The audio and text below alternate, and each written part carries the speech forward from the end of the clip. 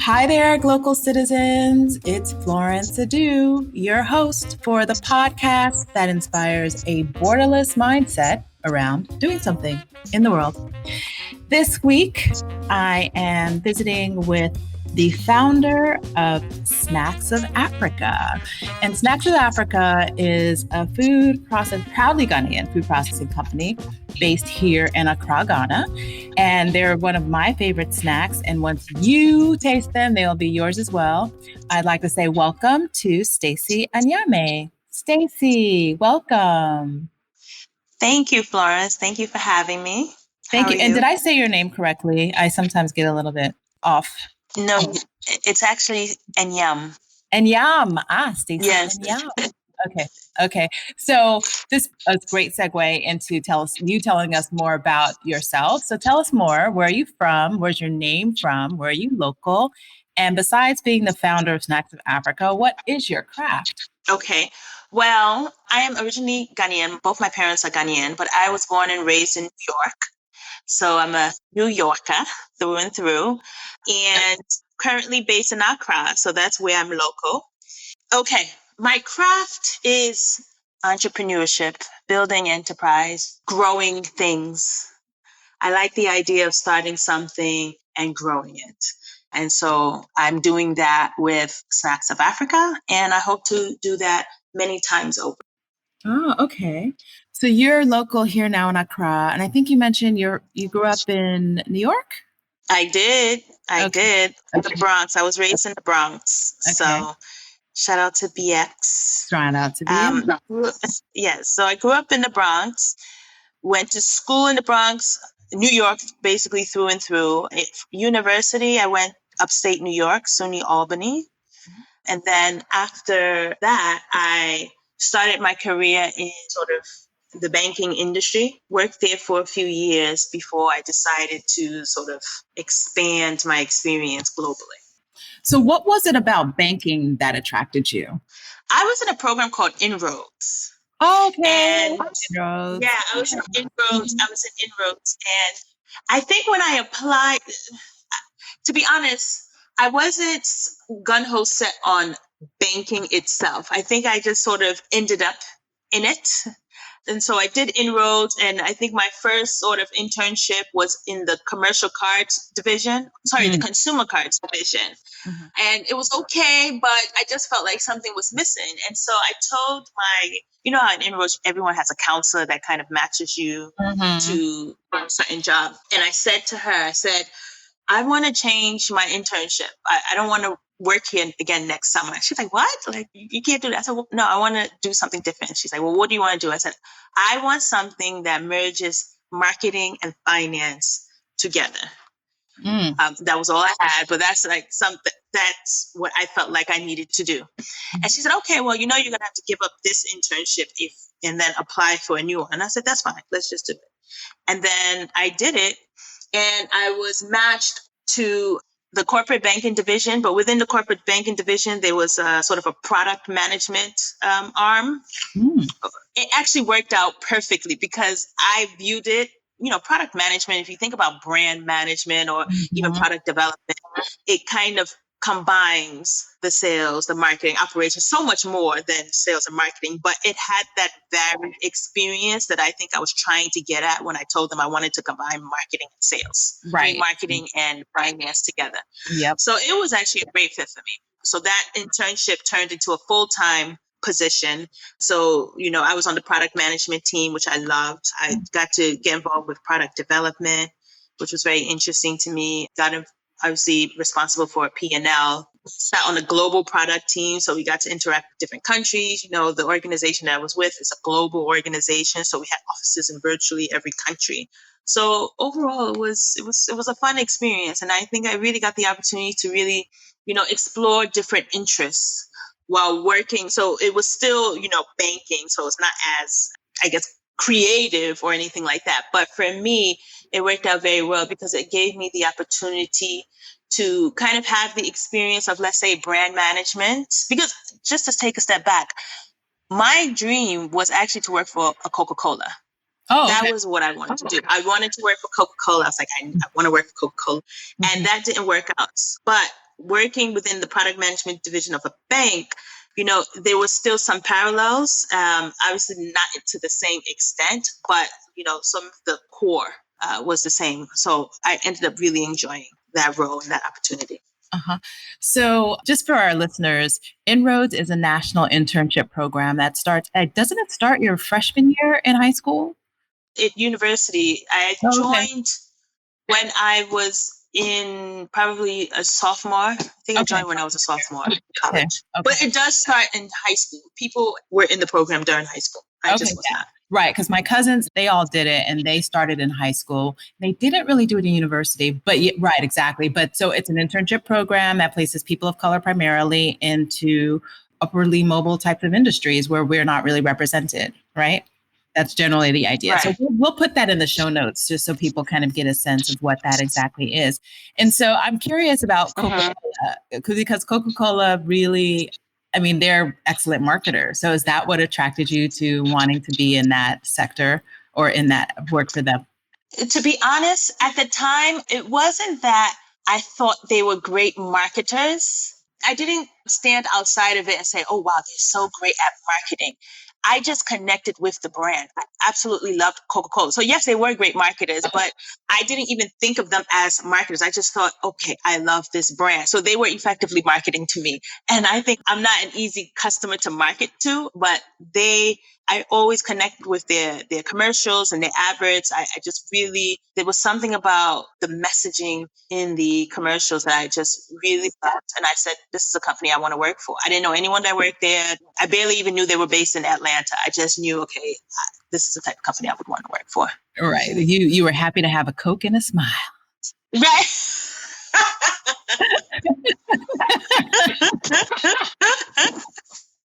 Basically, it was very simple. It was very simple. Right, exactly. So, and that's what good marketing can do. That's exactly what good marketing can do. Absolutely, absolutely. Okay, so you grew up in New York, now you're in Accra. So how did you make the jump from banking to come now living in Accra? Okay, so I knew I wanted to live in Ghana eventually. I said that to myself, that I wanted to spend time in Ghana. I didn't grow up here, but I knew I wanted to live here at some point in my life. When I was in banking, there was an opportunity for an international rotation, which I absolutely applied for because for me, I wanted international experience. And I was, because I had international experience, sort of not directly, but sort of indirectly within my role, because I focused on the Latin American market at the time. I wanted to have the actual on the ground experience in a developing market. And so I applied for the rotation, so for the international assignment, and I was selected. And I was very clear that I wanted it to be a developing market because, with that company, the typical was always London or Hong Kong. And I said, no, it needs to be. Right. I would have liked it to be Ghana, but we didn't really have much going on in Ghana. And so we decided to start in South Africa. And so I relocated to South Africa for a couple of years. After that was completed and I moved back to New York, once I got back to New York, I just realized that there was a draw to go back to the continent. New York just didn't seem the same to me at all anymore. And, I just decided it was even a difficult readjustment, to be honest. It was difficult to readjust back to the life of New York after living in South Africa because the quality of life in South Africa at the time was great. And so I said, I'm going to move back to the continent, but this time I'm going to make the move to Ghana. I've always said I wanted to move to Ghana and now's the time. So I just sort of kind of set out to move to Ghana. So I just started kind of trying to figure out a way of getting there and trying to find an opportunity to work there. And here I am.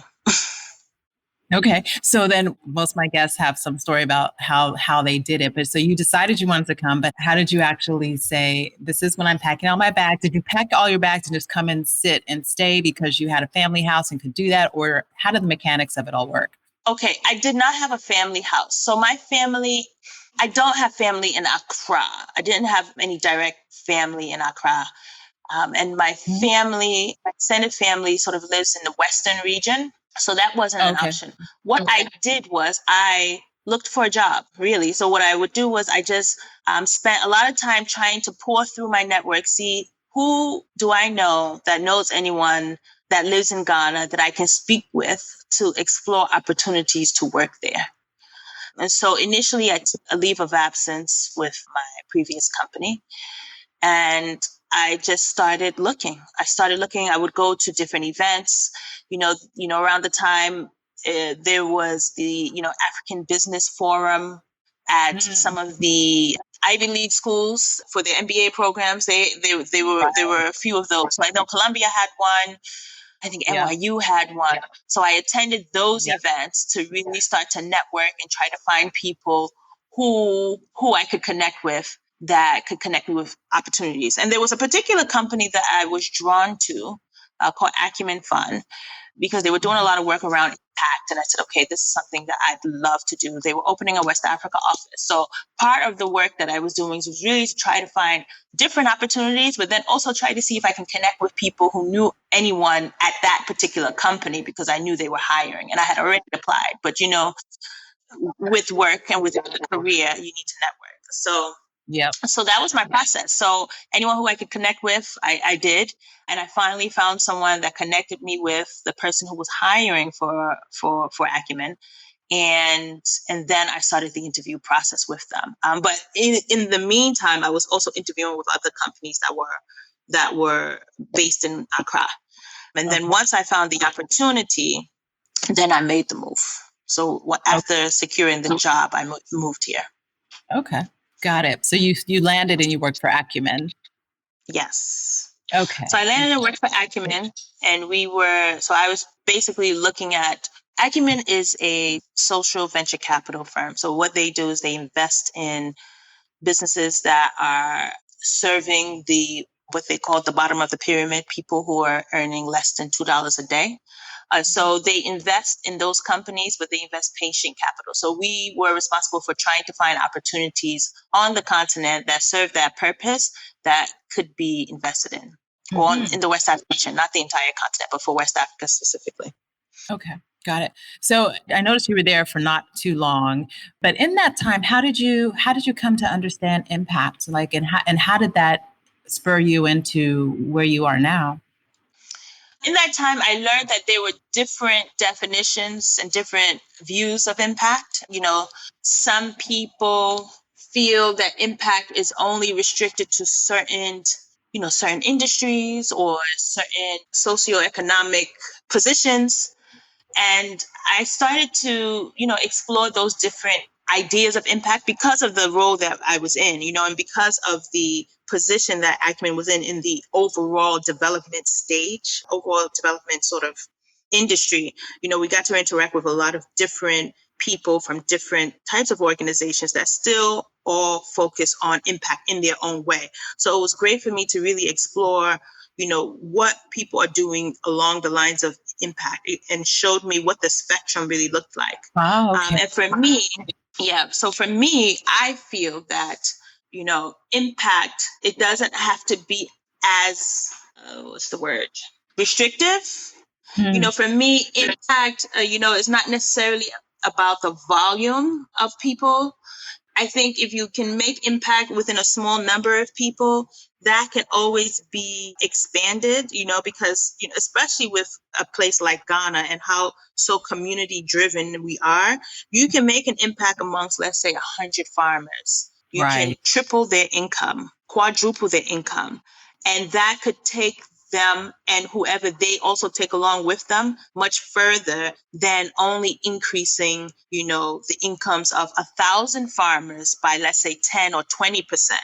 So for me, I think, smaller numbers can be more manageable and can have a far greater impact in alleviating poverty and moving people along the socioeconomic ladder, if you will. Whereas some people might feel that impact has to be with, 10,000 farms at a time, or they might feel like impact has to be aid, giving away donor funds or free money.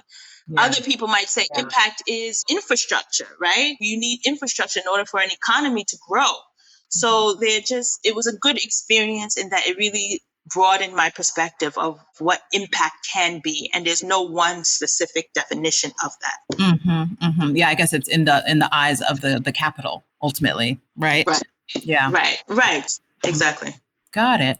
Okay, so let's take a slight turn to some context around where you are. And this is where I ask my guests, what is your global speak? We want to hear what you hear. So I asked you to share a word, a phrase, or a saying that is a meaningful part of your local experience and why or how you came to value this as global speak.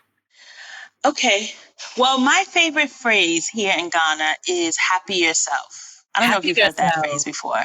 Oh, yeah, I have. Yeah. Have you heard that one? Yeah. So that's my favorite. So it's a sort of a slang term, and it basically says, it's basically live your life, live your best life. And, for me, I just love the idea that, just you have control to make yourself happy. And so do whatever you need to do to make yourself feel that way. And so whenever I hear someone that says, oh, happy yourself, or you're enjoying yourself, it's very endearing when we say it to each other here. It's said in a loving way, Right. It's like showing someone you care, right? Like, oh, happy yourself. Yeah, that's true. That's a lovely one. I like that one. Okay, so we've talked a lot about banking. We talked about acumen. Let's dive into Snacks of Africa. So so tell us more about that. Tell us your journey on this entrepreneurship journey. So you've worked for bank. You had an idea of working for companies. You knew you wanted to do something big. You knew you wanted to do it here in Ghana. So tell us, how was Snacks of Africa born? Like you said, I knew I wanted to start a business. I didn't know exactly what it was going to be, but eventually I realized that I had a slight obsession with food. So I said, why don't I just do something food related and start with that? Start with snacks. Because I love snacks. And I always, at the time I would be a bit frustrated, that you could find food snacks from different parts of the world on a U.S. supermarket shelf, but you couldn't find anything from the African continent on a mainstream supermarket shelf. Yeah, it's true. And so I said, what? There are snacks that we can make that can be on these shelves. Why does it have to be in only certain shops? So obviously in the neighborhood shop, there would maybe be an aisle, a certain aisle that had more of the sort of grains and the things that you cook with, but there weren't really any branded products, like where I could see, okay, this is a very recognizable brand for someone like me that maybe wants something on the go, because I would normally buy snacks. And so I set out to do something that was snack related. So I started with different products. I even started with cookies. And then, I decided I wanted to have greater control, because in Ghana, just with the way our ecosystem is, it's far easier to control greater parts of the value chain. It's far easier for you to be successful if you have more influence and control across the whole value chain and supply chain. So for instance, if you have stronger control over your inputs, the raw material, if you're not necessarily so dependent on somebody else's processing in order for you to produce your product, it makes the reliability and the consistency of the product much better and much stronger. And so because I didn't feel like I had that level of control with the cookies, I started looking at what else could I do here that would allow me to have that level of control. So I started looking at the fruits and the vegetables on the continent, in Ghana. And I said, okay, let's start with coconut. Coconut is available all year round. That's what I'm going to start with. And I always loved kube cake, which is a local snack here made with coconut and basically sugar. It's almost like a peanut brittle, but it's made with coconut. I loved that. And then we also have these sort of shredded coconut snacks. And I said, I think I can make this I can enhance this a bit and just, try different things. And so what I did was really just got to work and started experimenting in my kitchen. So it was a lot of trial and error. Once I felt like it was okay for me, then the next phase was let my mom taste it. Okay. If my mom was good with it, then okay, we can go to the public with it and start seeing what people thought of it. So once she said, okay, she liked it, then I started, letting my friends try it, let different people try it. Okay. And then once I got to a product that I felt like, okay, this is a product that is tasty, this could work. Then I started working on things like the brand, started working on trying to figure out how it was going to get produced on the operational side, started thinking about the legal aspects, the incorporation of the company, etc. And then once I kind of had those key things together, worked on the brand, and then started the process of launching. Now, the interesting thing is initially I wasn't going to produce it in Ghana anymore because I was so gung-ho on, really having it on the US market. I'm sorry, I wasn't going to sell it in Ghana. I was going to have it sort of mostly in the US market, and then I was going to have it produced in Ghana for me so that I can be in the US pushing it. And then that didn't work out as well because, as I said, you really have to make sure you have control over your entire process, and outsourcing it just didn't work out. So I ended up having to come back to Ghana. So for a time I left to go back to the States to start, the process of trying to sell it.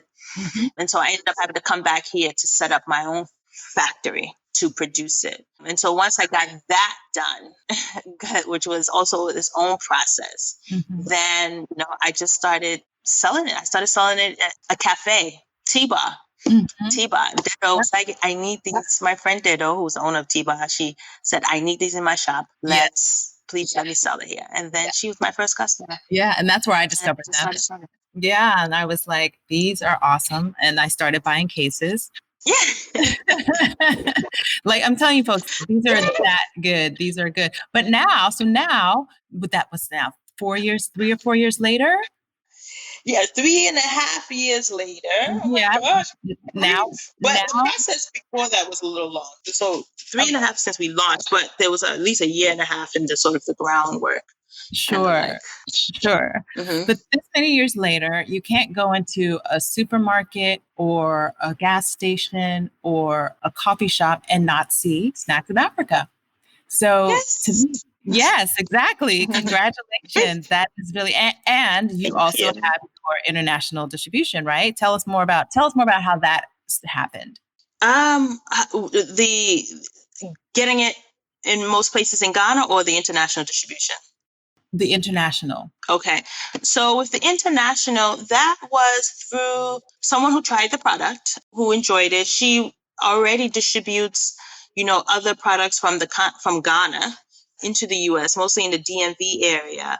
And so I believe I saw her promoting another brand. And I think I messaged someone who I know and said, hey, I'd like her to start, distributing my product. And I think she had already had interest in contacting me anyway, sort of worked out.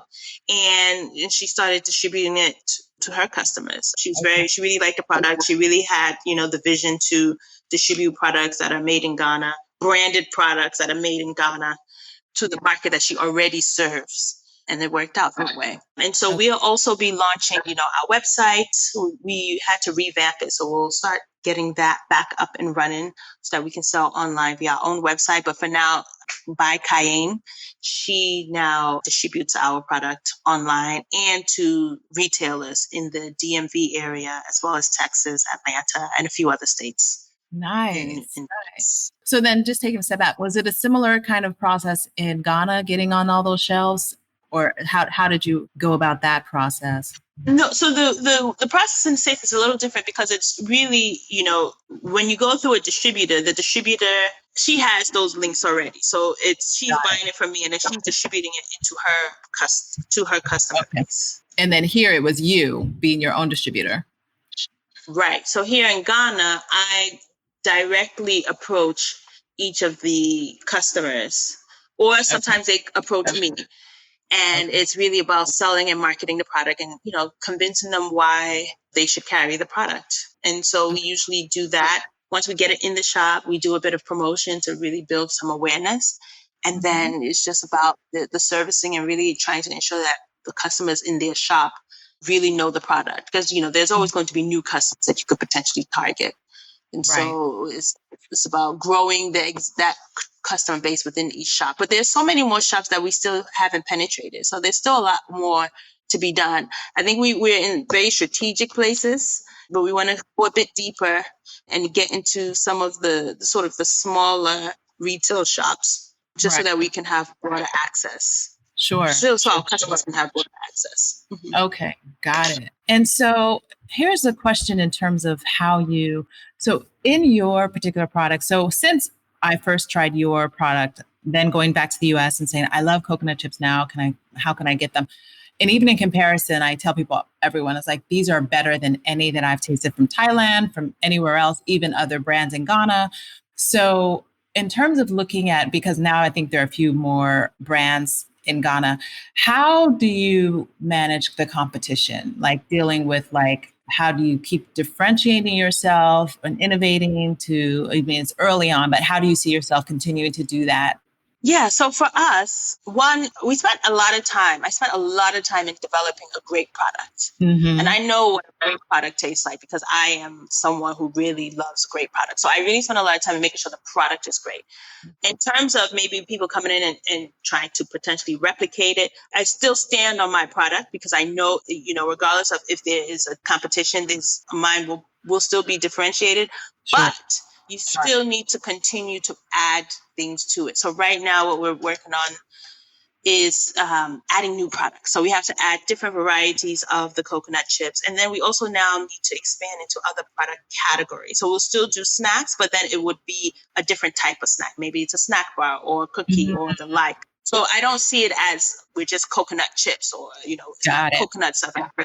It's snacks of Africa. So for us, we will evolve into a sort of a bona fide snack brand with mm-hmm. various snacks and products and food products mm-hmm. under the umbrella company.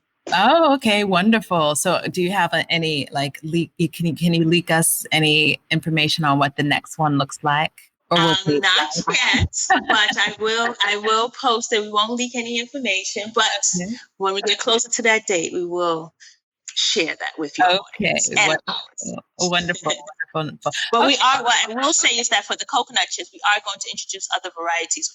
You've tried our unsweetened one. We want to do a fruit and nut mix for the coconut chips, and then maybe one additional variety of the coconut chips, and then we'll start with other products. Okay. So that's good to know. So we'll be looking for more scrumptious snacks coming up soon. So coming your way. Exactly. So with that in mind, and mindset, this is my mindset hack section of our conversation. And this is where I ask my guests what your favorite or innovative mindset hack is. And this is one that you can imagine, one that you know of, or one that you already practice. I think for me, the thing that I practice that really helps me is meditation. Meditation and breathing. So if I have nerves or if I'm feeling a bit, stressed, then I find that when I really sort of take deep breaths, multiple times, I can easily calm myself down and bring myself back to, the matter, bring myself back to really what's in front of me. And then meditation is helpful because it just makes me feel like I'm starting my day off right. It makes me feel like I'm starting with control of my day. So I usually do that in the morning, and I set a time. I do it for about, I've started doing it for 30 minutes now, but yeah, so that's what I do. Meditation, breathing exercise, and then journaling. Journaling helps me just kind of clear my thoughts and get everything out because sometimes I can get distracted by my thoughts. So I find that when I journal at the end of the day, it kind of clears everything out so that I can stay focused. Okay. So I wouldn't call those hacks, but those are my practices that really help me get through the day. Sure. It's like your mindfulness set, basically. So you're putting it all together. Interesting. Right. What are your hacks? Oh, mine are similar, actually. But one of them is definitely the breath work and definitely meditation. Those are in my practice all the time. But I want to say now it's walking. So basically it's getting out and really just walking and seeing the sky. So walking and looking at the nature, just walking, because I'm typically a runner. But I recently, in the last 6 months, have had to slow it down because of a little bit of, misalignment issues that I need to focus on strengthening my muscles around. So I've been walking, and the walks, if I take my same route that I run, the walk is like an hour and a half walk, which is fine because I actually can take in everything that's around. So the people around that would see me running by now see me walking by, and they kind of engage a little bit more. So I'd say, yeah, what my beyond those, like my most recent one is walking, because it helps me connect. I mean, not so, in the engagement I'm talking about now, especially in this age of Corona, is just like a nice wave, that kind of thing, not really conversation. But yeah, I would say that's mine. No one's ever asked me mine, so that's nice of you to inquire. Yeah, I was just curious. But one thing I also do, which you made me think of when you talked about walking, I have like a little garden, and Yeah. I honestly love my plants. So Yes. caring for my plants, it does bring me a lot of joy. That too, I can agree. Add that. Before this interview, that was out in the garden. So yeah, I think nature's just a mindset hack. Like when we could really just it is. just reset your whole psyche around a lot of things. It does. It does. And there's a lot you can learn from nature. So just being with, Yeah, the stillness. there's a lot you can learn. Yeah.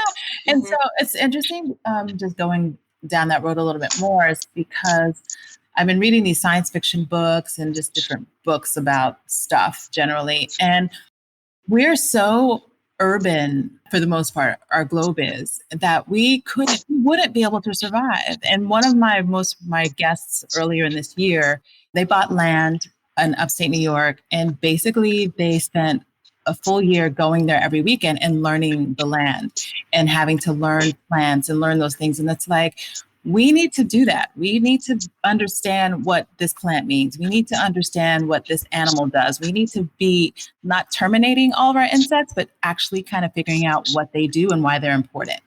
We have malaria problems because we get rid of all the lizards, or we get rid of all the things that eat mosquitoes. So we really have to kind of get a greater sense of the ecosystems that have been around before us and will be around after us, so that we can all just really coexist. Yeah, you know what? It's very true. And you're right. We've stepped away from that, and we don't realize that we're doing more harm than good. Yeah. I remember I went to a tomato farm. I went to, I think I was in Germany, and there was a tomato farm, and they had the best tomatoes I've had. And everything was very natural and organic.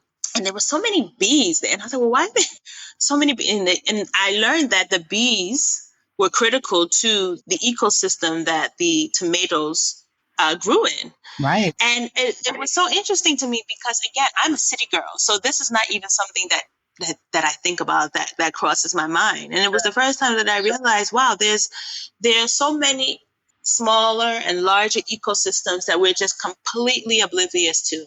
And because we don't know anything about it, we don't realize the impact of some of our actions. Right. So it was an interesting reality when he told me that. It's very interesting. And we have a bee problem. A global bee shortage is coming. So we probably should really be a lot more mindful of all of these things. So yeah. So that brings me to a question about your sourcing, and really, because, we talked a lot about the high level business, but you run a factory and you have employees. So how is it, in terms of managing your suppliers and your employees, and really making sure that it's a well-oiled, well-functioning factory? Because you're the first factory owner or operator that's been on the show. So tell us a little bit more about factory life. Oh, okay. Well, it's challenging, right? It's challenging because there's so many moving parts to it that need to be managed and managed well. So, for instance, production is its own beast on its own, and making sure that we work with youth, right? So, we have a lot of young people who are on sort of the factory floor.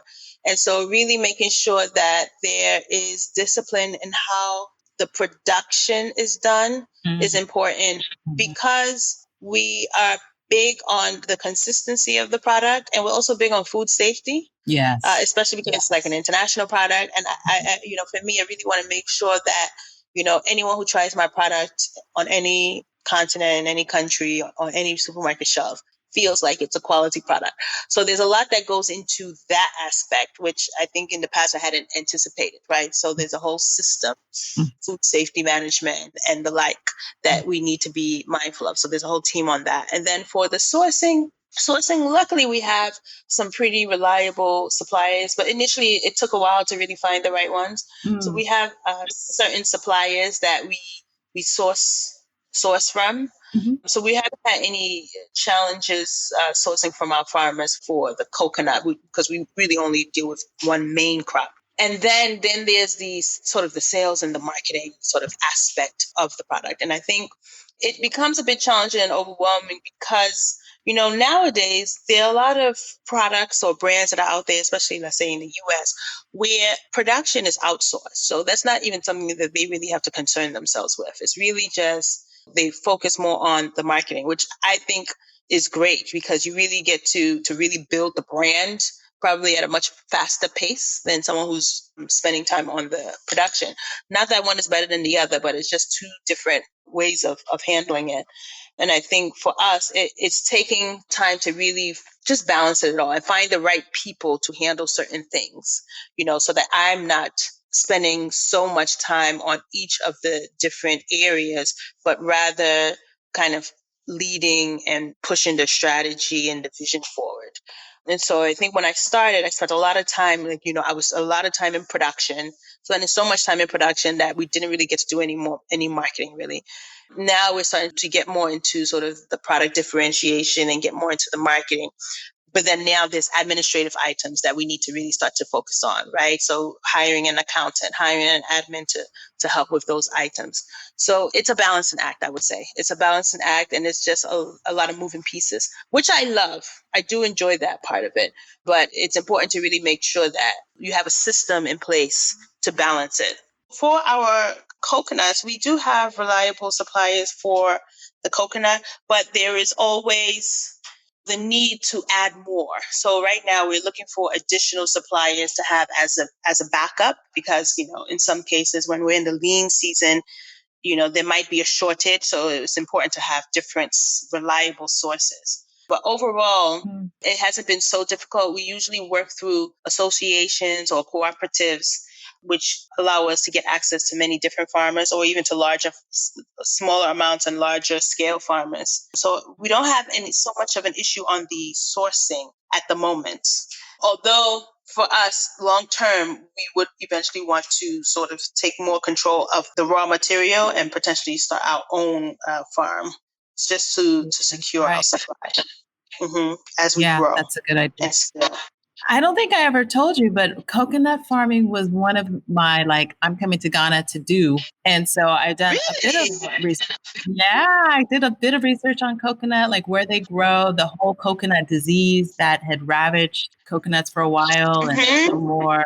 And just really trying to figure out which regions have the best, have the most, and how I could quickly be a coconut cultivator. So yeah, maybe we can partner on that. Quickly is not something that would ever work in Ghana at all for coconut because they take a while before you can get your first harvest. You're looking at 4 years at least. Exactly. Is that why you decided not to do it?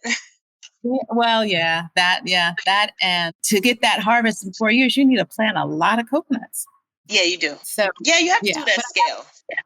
Yeah, exactly. So I have land. So that's just one of the things I'm considering for that, and we'll soon see. Well, we need to talk because I am very interested in doing this. So let's talk offline. About it. Okay. Yeah, I'd love to. Where is your farm actually? So my farm is your land. Yeah, my land is it's a farm now. It's a palm forest. So it's a palm forest. We have some coconut. We have some mango. Okay. We have, just basically what was there when we got it. And it's in the region where there's a bunch of pineapples. So it's between Pokwasi and Patois. So it's my dad's village. It's called Kodreshong. But so it's like the Ghana West type of area, Ghana West, north. So yeah, so it's about 10 acres. It's not hectares, which is not.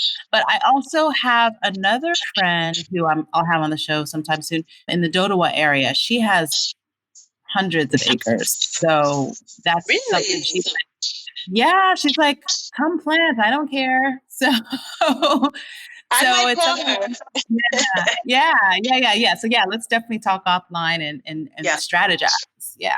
Sounds good. Let's do that. Right. Okay. So Stacey, this has been such a wonderful, insightful conversation. I love getting into the works, Are Like we that's done that's already? That was oh, fast. I don't want to take all your time. You're a Okay. working woman. So I mean, we could talk the whole evening. So, but I don't want to cut into the beginning of the work week and all that stuff. So, do you have any other thoughts that you want to share about the whole process and what you're going through? I would just say that it is a challenging but very rewarding experience. And I know anyone who has started a business knows this. And I think what I'm learning now is that it's like having a baby. It's like, Mhm. how mothers, I'm not a mom, but from the moms that I know, how much Mhm. having a child challenges you and matures you and grows you and helps you see certain things about yourself that maybe you weren't aware of. I think having a business is like having a baby. And so it's a great thing. It's a challenging thing, but it's a wonderful thing. And I would really encourage people to really, because I know your podcast is about global citizens and people making, homes all across the world. I would really encourage people to really start to think about, especially if there's an interest on the continent, the African continent, they can make an impact here on the continent. And it's not going to be easy, but it would be worth it over the long Yeah, term. If it's something that you're passionate about, it would be worth right. it. Right, of course. So I wanted to just take a side step because it sounds like you have a little bit more time. How are you adapting in I this didn't say COVID? that, Flores. I know, but I really want to put it in context because what you're saying about it is that kind of work, and I fully agree. Like when you come in to be an entrepreneur, you are all hands on deck for that. But now think about we're now dealing with the COVID-19 era. How are you adapting? How has that impacted what you're doing? How you're doing it? What do you see for the business in this context now? I see, we're in food. So there's Mhm. always going to be a need for, it's always going to be a product that would be consumed. It may not be at the same rates, right now, but eventually it will get back there. And what we're going Mhm. to start doing now is really spending a lot more and focusing more on the sort of the digital aspect. Because Yeah, with food, even though there's a huge online retail space, which is growing, most people still buy their food in the supermarkets. They exactly. still, retail is still, you can't, it is the experience, especially for someone who's a foodie or who's a cook.